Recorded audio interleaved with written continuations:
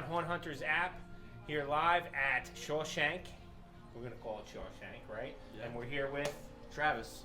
Now, Travis has many products in the haunt industry and many haunts all over the country. You're just mentioning to me here all the different haunts that you have. We have a haunt in our baby. Our most prized possession is in Turlock, California, at the Turlock Feargrounds. We dub it the Turlock Feargrounds.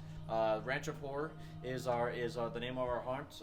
We also have one in Hammond, Louisiana, and one in Sullivan, Missouri. Each one of those we have about 2 or 3 attractions at, but in California we have 18 attractions at that one. So that's why I say it's our biggest baby there. That's our pride and joy is there. We have 2 haunted houses, 3 different paintball attractions, a high-speed truck that takes you through a zombie-infested town. You get to shoot zombies off the bed of the truck. We take an escape room.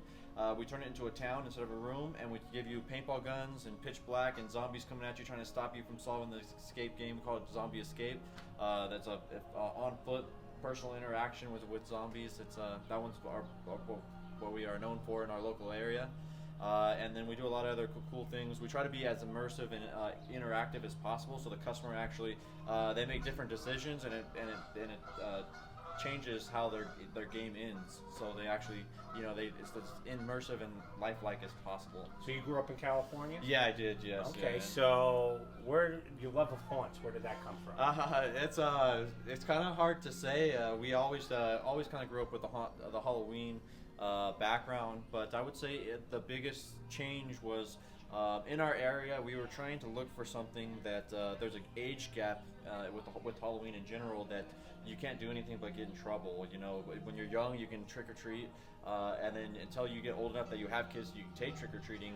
You don't do anything besides go and get in trouble. So between 13, once you hit those teen years and 21 or so, you're kind of doing nothing but going out and partying or doing things you shouldn't be doing.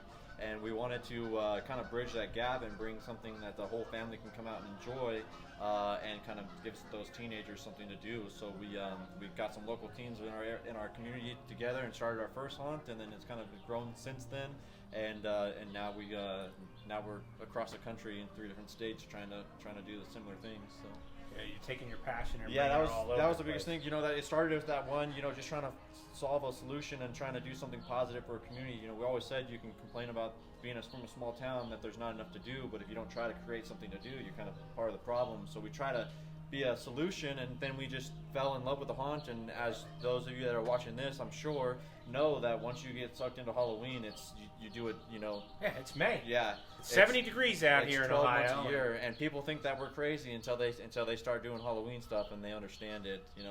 Putting on the haunts, we laugh because by the time October 31st comes around, we're all looking at each other saying, why, we're never doing this again, and then November 10th comes around after we're done, picking up, we're like talking about how we're going to change things next year. So it's kind of fun to do. So I always look at the East Coast, West Coast type of thing in different locations. Now coming from California and coming to Ohio, and how the haunts are presented with the actors. Everybody brings their passion a little bit differently. I heard about a couple iconic characters that we're going to see tonight in the Blood Prison. Yeah. So I'm looking forward to that. So is this your first time here? This is my first time here. Yeah. This is the first time that this trade show was put on. So of course, but I never actually was able to come out to the Midwest. Midwest when it was here in Ohio. So this is when I heard that this one was in the prison, I was like, we had to go just to see it. So we've been excited. Once we got here, it was totally worth the trip. We're already talking about next year. We're going to bring some casts from California to come experience this, just because it's fun to get them out. But to see something like this is just so nice. Yeah, it has to be exciting for him to put on a haunt within such a majestic location, because the authenticity is off the charts. It really is, and I've been hearing stories all day about some extraterrestrial, how would you explain that? Supernatural, paranormal events happening, or things that they've experienced throughout the haunt, and different things today that I've heard people having to experience. It's kind of cool. It makes you think, Well, we're looking forward to the haunt tonight, and what are the names of the haunts again for the audience? Rancho Horror from mine. Yes. Rancho Yes, Horror. this was a cool T-shirt. We like that. The Rancho Horror. Yeah. Where can I get one of these? These are pretty cool. Yeah, if I got your card, I can send you one. You have one here? I'll trade you a book of haunts for one of the Ranch of Horror. I would only have a used one. I'll tell you, it's all but I good. can send you a brand new one if you would like me to mail you a brand new one. And I'll give you a book of haunts, which is a directory of all the haunts, and we want to include you in next year's edition. We've been going around to hundreds of haunts throughout the country, and so we've been doing haunt hunters for like 10 years now. So awesome. We do a big thing in New York City.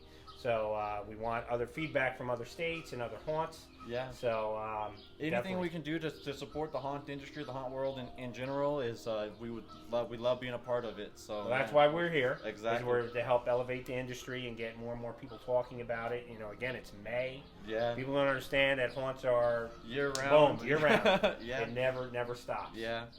So, but the Ranch of Horror, they can see online, ranchofhorror.com. Online, ranchofhorror.com. And then social media is the best way to follow anyone that's in the haunt world, because that's the most up to date. And if you're going to interact with anybody, send them a message on social media. Nowadays, that's just how everyone seems to talk. So, of course, we have a phone number and a website, but yeah, I would definitely strongly recommend social media with any haunt that you're following. So tomorrow we're going to highlight some vendors, and we're going to come by and actually. I can change these blue eyes to something else. Yeah. So we do primal contact lenses that we work with haunts to establish better characters and character design. So if you're a character at a haunt, or you're looking to do some sort of theatrical lenses, you're more than welcome to get a hold of us either through our Facebook page, or I can give you more information tomorrow on some websites that you can visit. Definitely, I want to change these blues tomorrow. Do you have something for me? What kind of character are you thinking? I don't know. I want to see what you have. Different eyes. Yeah, red eyes. I was at the Amityville Horror House last week. we got evil eyes and turn solid red. Actually, when you come out to our haunts, we all of our cashiers will wear evil eyes, red eyes. All of our security guards wear they're called zombie 2s on us. It's similar to what Manson wore, with a black ring outline. Okay. I feel like they're piercing your soul, so we try to get everyone involved in our haunt as decorated as in character as possible. Great. Well, great meeting you. Yeah. Thanks, and I look forward to your stand tomorrow and stopping by. Thank you so much. Ranch of Horror.